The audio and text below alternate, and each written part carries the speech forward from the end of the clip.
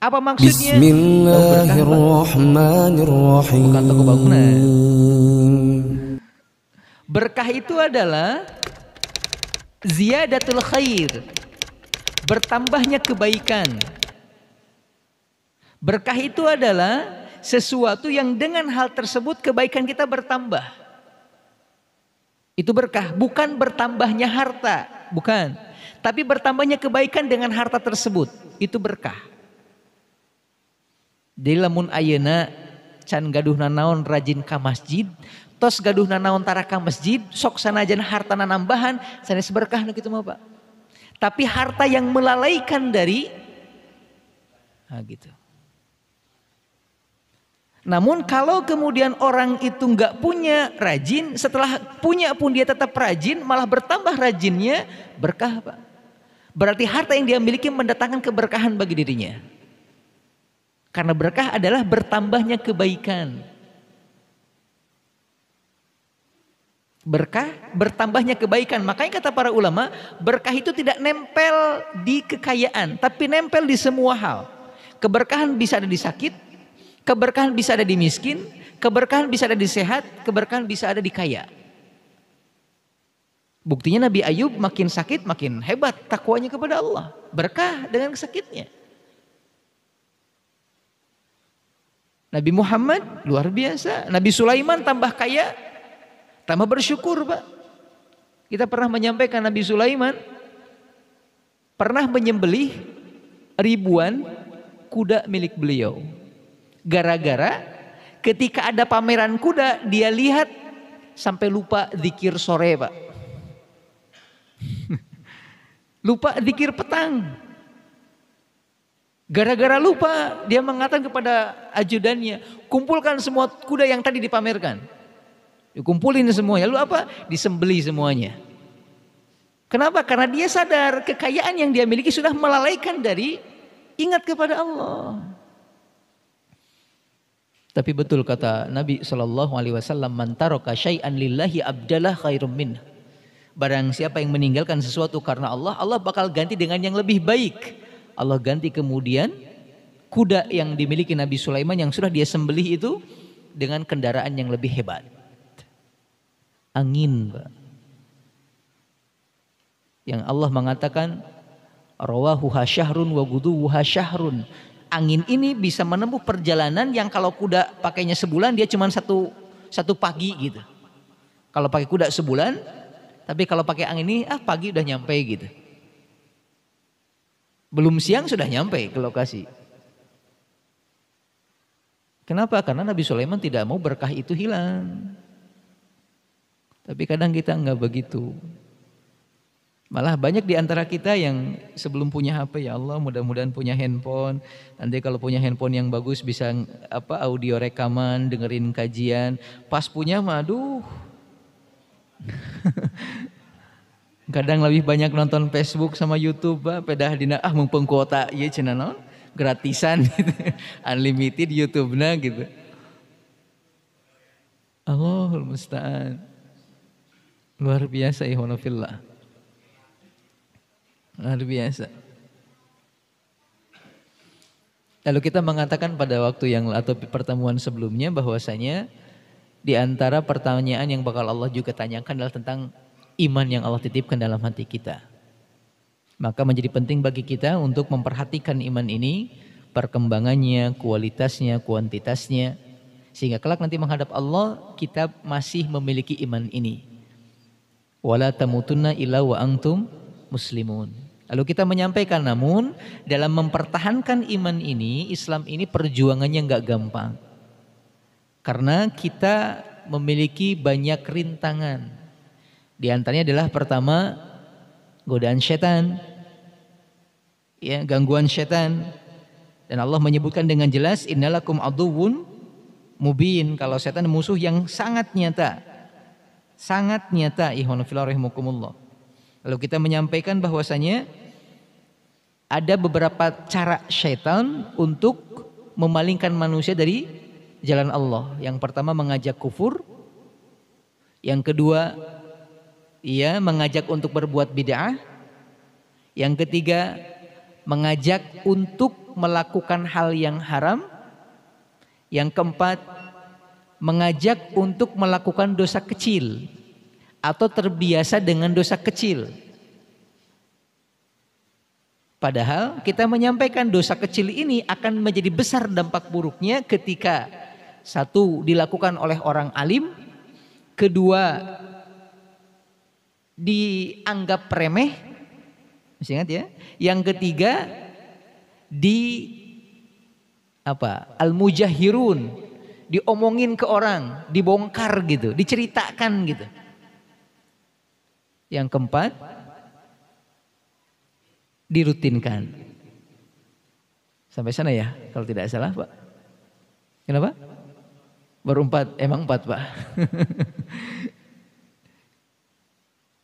Yang berikutnya yang kelima, cara setan untuk menjerumuskan manusia adalah akan dibikin nyaman dengan perkara yang mubah.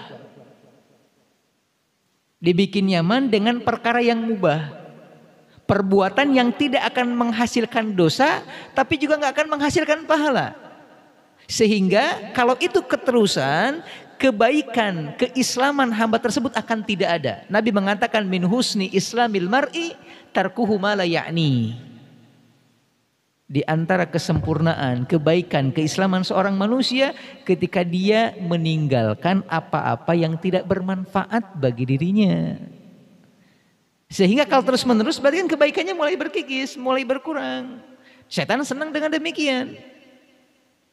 Jadi walaupun mungkin kan minimal nggak berdosa, bukan minimal nggak berdosa. Bagi setan dia nggak punya pahala, itu pun adalah sebuah kemenangan gitu. Karena harusnya seorang muslim itu tiap langkahnya ada pahala yang dia raih dengan zikirnya, contoh gitu. Dengan doanya, contoh. Tapi ketika mubah nggak dapat ikhwan fillah rahimakumullah. Kayak apa? Kayak mungkin barangkali main game. Ya mungkin 1, 2, 3 menit atau beberapa kali ya wajar lah mungkin gitu ya. Tapi ketika keterusan sampai ada adzan juga terabaikan, ada panggilan orang tua terabaikan, anak nangis dibiarkan. Malah kadang menggugurkan kewajiban seperti memberi nafkah dan lain sebagainya, hati-hati. Ini bukan sifat seorang muslim. Bukan. Ikhwan fillah rahimakumullah. Hati-hati. Kalau seseorang sudah terjerembab dengan hal ini, akan sangat bisa dipastikan dia bisa naik ke level berikutnya, jatuh ke dalam dosa kecil. Kalau sudah terjerembab dosa kecil, naik ke level berikutnya, dosa besar. Kan di hal-hal yang mubah biasanya ada dosa kecil, Pak. Biasanya. Contoh barangkali ya gitu, lagi main game biasa kalah, kan kehel Pak. Gitu, main lagi main lagi Ada kekecewaan di sana. Atau mungkin lagi main game ada iklan masuk. Ya kan bisa aja kan. Mending kalau iklannya iklan anak-anak, yang keluar perempuan tidak berjilbab. Atau aplikasi apa yang muncul yang gening asa buka mulai. Buka mulai. Download aplikasinya mulai. Karena udah terperangkap di poin yang kelima tadi, naik akhirnya levelnya. Dan ini berbahaya. Makanya Allah mengatakan fa idza faragta fansab, kalau sudah selesai dengan satu pekerjaan, cari pekerjaan lain, jangan diam. Malah Nabi mengatakan nikmatani magbubuna katsirun minan nas, 2 kenikmatan yang banyak dilupakan oleh manusia, diabaikan oleh manusia, padahal ini sangat berperan penting untuk kebaikan ataupun terjerumus ke dalam keburukan. Apa? As-sihhatu wal faragh. Kenikmatan kesehatan dan kenikmatan waktu luang. Tapi orang banyak gak sadar gitu. Orang banyak gak sadar. Ikhwanu fillah rahimakumullah. Ini poin yang kelima. Poin yang keenam, yang juga dianggap sebagai poin terakhir bagaimana setan menjerumuskan seorang manusia, adalah ikhwanu fillah rahimakumullah, akan mengajak manusia untuk melakukan perkara yang baik tetapi dengan meninggalkan yang lebih baik. Bisikannya halus nih Pak. Meminta melakukan yang baik tapi meninggalkan yang lebih baik. Masih ingat kasus siapa yang dulu Juraij Pak? Lagi sholat sunat dipanggil ibunya. Sholat apa ibu? Sholat apa ibu? Sholat saja. Ibu mah gampang, mungkin lain kali saja. Ibu dia abaikan panggilannya, sholat sunat dia lanjutkan. Tapi gara-gara itu ibunya malah berdoa kepada Allah. Allahumma la tumithu hatta laqiya biwujuhil mumisat. Ya Allah, jangan kau wafatkan Jureji ini sampai dia berpapasan berhadapan dengan para perempuan-perempuan pezina. Dan Allah kabulkan doanya. Sholat kan baik, tetapi kalau sholatnya sunnah lebih baik mematuhi panggilan orang tua. Atau kata para ulama, contoh yang lain seperti seseorang yang berkutat di satu bidang tertentu tetapi meninggalkan yang lebih utama. Contoh, ketika seorang dokter yang memang harusnya mengkaji ilmu kedokteran wajar. Dia baca buku kedokteran wajar. Tapi kalau kemudian kajiannya, bacaannya hanya terus di bidang itu sampai mengabaikan ilmu tauhid, hati-hati, ini perkara bahaya. Karena dokter juga butuh ketawakalan kepada Allah, bukan cuma ilmu yang dia baca. Ini bisikan. Kan buat nyelamatin manusia, kita mesti baca tentang kedokteran. Iya, betul. Anda akan menyelamatkan banyak manusia dengan yang Anda baca. Tapi ketika Anda mengorbankan akidah Anda dengan tidak mengenal Allah, sedangkan itu lebih utama, ntar dulu. Malah kata para ulama, ketika Imam Syafi'i mengatakan sebuah ungkapan, man arada dunya fa'alaihi bil ilmi wa man arada al akhirata fa'alaihi bil ilmi wa man aradahuma fa'alaihi bil ilmi. Barang siapa yang ingin kehidupan dunia maka miliki ilmunya. Barang siapa yang ingin kehidupan akhirat maka miliki ilmunya. Dan barang siapa yang menginginkan kedua-duanya miliki juga ilmunya. Kata para ulama, maksud ilmu dalam ungkapan tersebut adalah ilmu din, bukan ilmu yang lain. Karena ada penggunaan alif lam di kalimat al-ilmu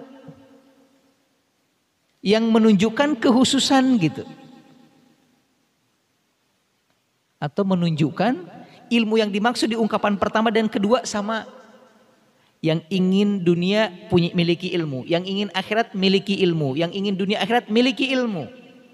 Jadi ilmunya sama gitu.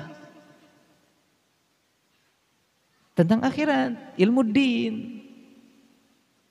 Nah, setan bakal menggerogoti kita dengan hal ini, ikhwan fillah. Dan kalau dibiarkan bahaya.